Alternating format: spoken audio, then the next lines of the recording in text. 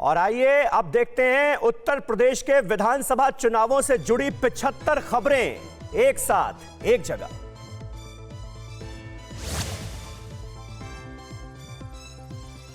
BJP मुख्यालय में आज फिर होगी यूपी कोर ग्रुप की बैठक। छठे और सातवें चरण के लिए उम्मीदवारों के नाम पर होगी चर्चा।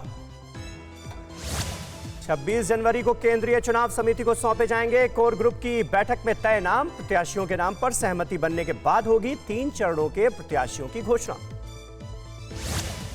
रविवार को भी हुई थी बीजेपी कोर ग्रुप की बैठक। बैठक में गृह मंत्री अमित शाह, सीएम योगी और धर्मेंद्र प्रधान मौजूद रहे। छठे और सातवें चरण के उम्मीदवारों के नामों पर चर्चा हुई। यूपी के सीएम योगी आदित्यनाथ ने गाजियाबाद में डोर टू डोर कैंपेन किया। मोहन नगर में घर घर जाकर जनसंपर्क अभियान चलाया। प्रभावी मतदाता संवाद कार्यक्रम को संबोधित किया। एसपी के फ्री वाले दावे पर सीएम योगी का हमला। बोले जब पेंशन रोकी गई तो अखिलेश के अब्बा जान ही थे मुख्यमंत्री। चांदनी रात लोगों को अच्छी नहीं लगती। समाजवादी पार्टी पर सीएम योगी का नया हमला। कहा तमंचावादियों और दंगाइयों पर लगाम के लिए बीजेपी सरकार जरूरी। माफियाओं के खिलाफ चलता रहेगा बुलडोजर।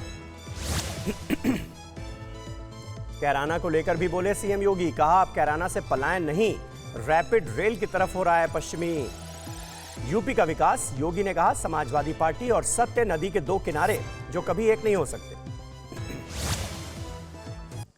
केशव प्रसाद मौर्य ने यूपी चुनावों में बीजेपी की जीत का दावा किया। कहा अगड़ी, पिछड़ी और अनुसूचित जातियों की त्रिवेणी पीएम मोदी के अंदर समाई और मोदी इन लोगों के अंदर समाए। भारी बहुमत से जीतेगी बीजेपी।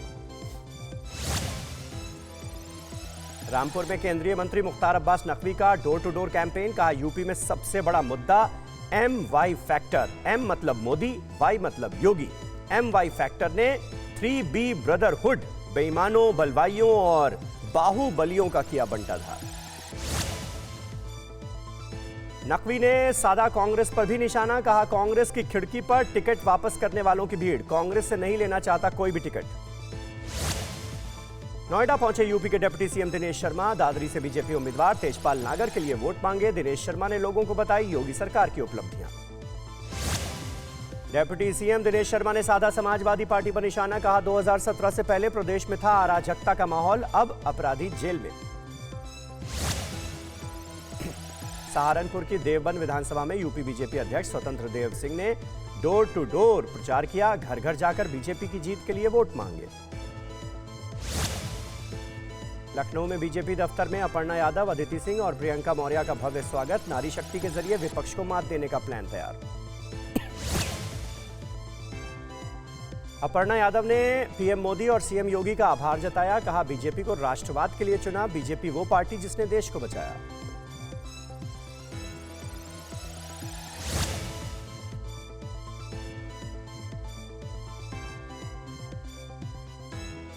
बीजेपी में शामिल होने के बाद अपर्णा यादव ने गृह मंत्री अमित शाह से मुलाकात की। ट्वीट कर तस्वीर शेयर कर लिखा औपचारिक शिष्टाचार भेंट कर आशीर्वाद दिया।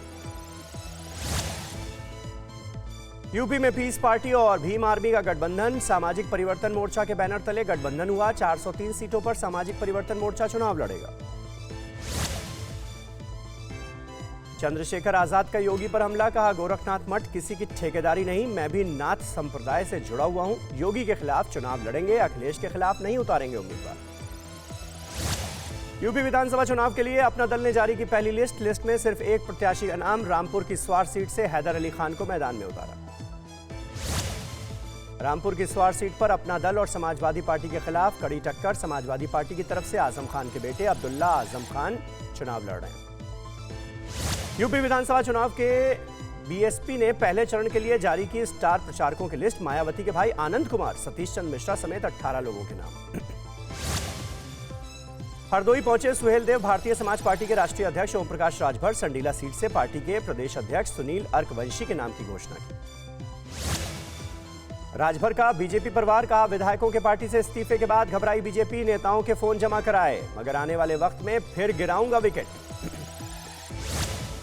टीवी 9 से बातचीत के दौरान केंद्रीय मंत्री अनुराग ठाकुर का अखिलेश पर बड़ा हमला। कहा पलायन के लिए मजबूर करने वाले पलायन कर गए। ये वही सपा है जिससे जनता खफा है। 10 मार्च को अखिलेश कहेंगे ईवीएम बेवफा है। प्रियंका गांधी के हमले पर मायावती का पलटवार। यूपी में कांग्रेस वोट काटने वाली पार्टी, अपना वोट खराब ना करे। प्रियंका ने उठाया था मायावती के चुनाव प्रचार नहीं करने पर सवाल, कहा बीजेपी का हो सकता है दबाव, चुनाव के बावजूद प्रचार न करना हैरानी भरा फैसला। बीजेपी सांसद रामशंकर कठिरिया ने इटावा में 3 प्रचार वाहनों को दिखाई हरी झंडी, तीनों गाड़ियों पर लगी एलईडी। इटावा, सदर, भरथना और जसवंत नगर सीटों पर प्रचार करेगी। बढ़ सकती है समाजवादी पार्टी की मुश्किल, सपा के नाम लिखवाओ 300 यूनिट बिजली मुफ्त पाओ अभियान की कई राजनीतिक दलों ने चुनाव आयोग से शिकायत की। आयोग ने मैनपुरी जिला निर्वाचन अधिकारी से रिपोर्ट मांगी। अमित शाह के Kairana door to door campaign को लेकर समाजवादी पार्टी की चुनाव आयोग से शिकायत, कहा शाह ने चुनाव आयोग के निर्देशों का नहीं किया पालन, कार्रवाई की मांगी। ओपिनियन पोल को लेकर भी समाजवादी पार्टी ने चुनाव आयोग को पत्र लिखा है, ओपिनियन पोल पर रोक लगाने की मांग की है, कहा भ्रमित हो रहा है मतदाता, यह आचार संहिता का उल्लंघन है। आगरा में टिकट न मिलने पर बीजेपी विधायक ने थामा एसपी का दामन, बीजेपी ने जितेंद्र वर्मा का टिकट काट कर पूर्व विधायक छोटे लाल को बनाया उम्मीदवार। बांदा की नारायणी सीट से टिकट कटने पर बीजेपी विधायक राजकरण कबीर ने जताई नाराजगी, कहा 250 गायों को जमीन में जिंदा गाड़ने का मुद्दा उठाया, इसके बावजूद हुआ नुकसान, मैंने गंवा दिया अपना टिकट। कांग्रेस नेता नसीमुद्दीन सिद्दीकी ने किया कोविड प्रोटोकॉल का उल्लंघन, बहराइच में सैकड़ों कार्यकर्ताओं के साथ सभा की, पुलिस ने बीच में रुकवाई बैठक। यूपी के हापुड़ में बीजेपी विधायक ने आचार संहिता और कोविड प्रोटोकॉल की धज्जियां उड़ाई, रोड पर ढोल नगाड़ों के साथ लोगों के बीच प्रचार किया। लखनऊ में बीएसपी के पूर्व सांसद दाऊद अहमद की अवैध प्रॉपर्टी पर चला योगी सरकार का हंटर, दाऊद की 5 मंजिला अवैध इमारत को जमींदोज किया। यूपी में फेसबुक कैंपेन के मामले में टॉप पर बीजेपी, दूसरे नंबर पर Congress, Samajwadi party BSP list में टॉप 10 से भी बाहर। बीजेपी ने 3 महीने में विज्ञापन पर खर्च किए 1.5 करोड़ रुपए, 1132 विज्ञापन दिए। कांग्रेस ने खर्च किए 43 लाख रुपए, दिए 800 से ज्यादा विज्ञापन। मेरठ में खुला भाजपा का नया मीडिया सेंटर, वॉर रूम में लगे अखिलेश, मुलायम, शिवपाल यादव और नाहिद हसन के पोस्टर के जरिए अखिलेश और योगी सरकार के बीच फर्क दिखाने की कोशिश। राकेश टिकैत का बयान, कहा भारतीय किसान यूनियन नहीं करेगी किसी भी पार्टी का समर्थन, मगर बीकेयू कार्यकर्ता सरकार की कमियों को जनता तक जरूर पहुंचाएंगे। बुलंदशहर के शिकारपुर में अर्धसैनिक बलों के साथ पुलिस ने किया फ्लैग मार्च, मतदाताओं से बिना डरे निष्पक्ष मतदान की अपील। बिजनौर के अफजलगढ़ में कोतवाल मनोज ने बीएसएफ की टुकड़ी के साथ पैदल मार्च किया, क्षेत्र में कानून व्यवस्था बनाए रखने के निर्देश दिए। कानपुर देहात के कई इलाकों में पुलिस और पैरामिलिट्री फोर्स के जवानों ने फ्लैग मार्च किया, पुलिस अधिकारी भी थे साथ, कानून व्यवस्था का जायजा लिया।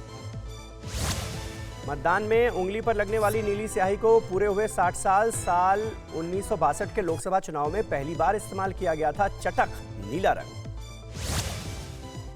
अलीगढ़ में देर रात सिपाही की दंगा निरोधक बंदूक से अचानक चल गई गोली, इलाके में हड़कंप, 4 किशोर घायल, पुलिस के खिलाफ परिजनों का हंगामा, सिपाही के खिलाफ मुकदमा दर्ज करने की मांग। मुरादाबाद में 6 साल के मासूम को लालच देकर युवक ने किया दुष्कर्म, पुलिस ने आरोपी युवक को घटनास्थल से ही गिरफ्तार किया। लखीमपुर में पुलिस हिरासत में 16 साल के नाबालिग की मौत, परिवार का आरोप पुलिस की पिटाई के चलते बेटे की जान गई, पुलिस ने मोबाइल चोरी के आरोप में नाबालिग को पकड़ा था। यूपी के हाथरस में सेल्फी फिर बनी काल, 2 युवकों की ट्रेन की चपेट में आकर मौत, कुछ दिन पहले भी फिल्मी स्टाइल में फाटक पार करने के चक्कर में 3 युवकों की मौत हो गई थी। यूपी सरकार का फैसला, 26 जनवरी को जेल से 100 कैदियों को रिहा करने की तैयारी, 60 साल की उम्र पार कर चुके और 16 साल की सजा पूरी करने वाले होंगे पात्र।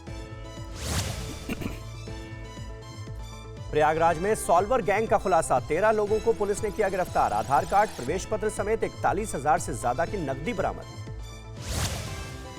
कड़ी सुरक्षा के बीच पूरे हुए यूपी टीईटी के एग्जाम्स, नोएडा मैनपुरी में हंगामा तो जौनपुर आजमगढ़ में पकड़े गए डमी कैंडिडेट्स। टेट परीक्षा के दौरान मैनपुरी में बच्चों ने सड़क पर लगाया जाम, बच्चों का आरोप गाइडलाइन के मुताबिक तय वक्त से पहले एंट्री की बंद। अंबेडकर नगर में टेट की परीक्षा में दूसरे की जगह एग्जाम दे रहे सॉल्वर गैंग का खुलासा, मास्टरमाइंड समेत 3 लोगों को पुलिस ने गिरफ्तार किया। अमेठी में यूपी टेट की परीक्षा में नकल करते पकड़ा गया छात्र, तलाशी के दौरान ब्लूटूथ डिवाइस बरामद। कन्नौज में पकड़ा गया मुन्ना भाई, कान में चिप लगाकर दे रहा था टेट की परीक्षा, पुलिस तलाश रही सॉल्वर गैंग से कनेक्शन। नोएडा एसटीएफ ने किया सॉल्वर गैंग का पर्दाफाश, सरगना समेत 3 गिरफ्तार, एडमिट कार्ड, आधार कार्ड समेत डिवाइस बरामद। लखनऊ में सुपारी कारोबारी के ठिकानों पर छापेमारी। इनकम टैक्स की चोरी के आरोप में नरेंद्र अग्रवाल के ठिकानों पर रेड। रकाबगंज इलाके में शनिवार दोपहर 1 बजे से रेड जारी। लखनऊ के सरोजनी नगर में पुलिस को बड़ी कामयाबी। चेकिंग के दौरान कार चला रहे युवक के पास से 8 लाख रुपए नगद बरामद। पुलिस पूछताछ कर रही है। कन्नौज में पुलिस ने अवैध असलाह फैक्ट्री का भांडाफोड़ किया। भारी मात्रा में अवैध हथियार के साथ 3 गिरफ्तार। मथुरा में मंदिर में हुई चोरी का खुलासा। बेशकीमती मूर्तियों को खरीदने और बेचने वाले 2 लोग गिरफ्तार। चित्रकूट में खनन माफियाओं का तांडव। प्रशासन की नाक के नीचे से खुलेआम ट्रकों में भरकर बालू ले जा रहे खनन माफिया।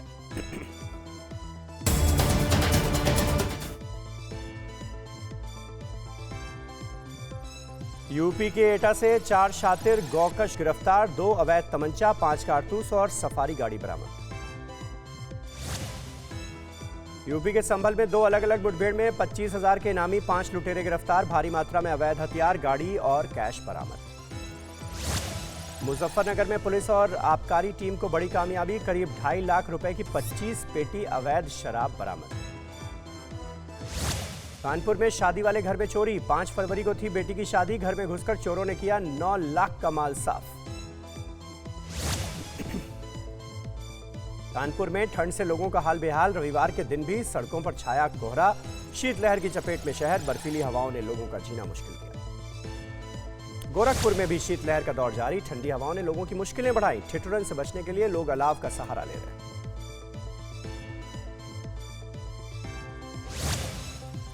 कोरोना धर्म नहीं देखता, जात नहीं देखता, अमीर गरीब ऊंच नीच नहीं देखता। कोरोना सिर्फ मौका देखता है, लेकिन आप उसे मौका मत दीजिए। बस इतना कीजिए, जब कभी दफ्तर से बाजार से घर लौटिए तो इतना ख्याल जरूर रखिए कहीं आपके साथ कोरोना आपके घर तो नहीं जा रहा। भूलिए मत, कोरोना अभी जिंदा है।